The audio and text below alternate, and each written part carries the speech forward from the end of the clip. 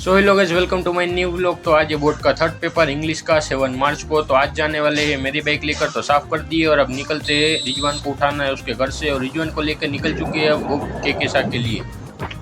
और हमको वाकनेर पहुंचते ही मिल गए हमारे दोस्त समीर और मुनाफ और वो जा रहे हैं निर्मला स्कूल में। चलो हर्ष को फोन करके बुला लिए और अब हम निकल रहे हैं केकेसा स्कूल के लिए क्योंकि वहाँ जाना एग्जाम देने के लिए। रास्ते से उठा लिए दूसरे दोस्तों को। तो पहुंच चुके के कैसा स्कूल और सभी दोस्तर भी आ चुके हैं। तो अब चश्मा रख के जा रहे हैं अंदर के लिए। चलो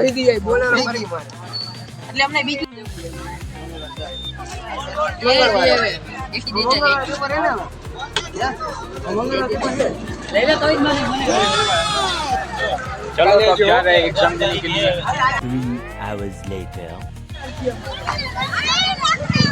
हमारा कोई चलो एग्जाम दे के आ चुके हैं। अब जा रहे हैं वाकनेर सर्कल पे।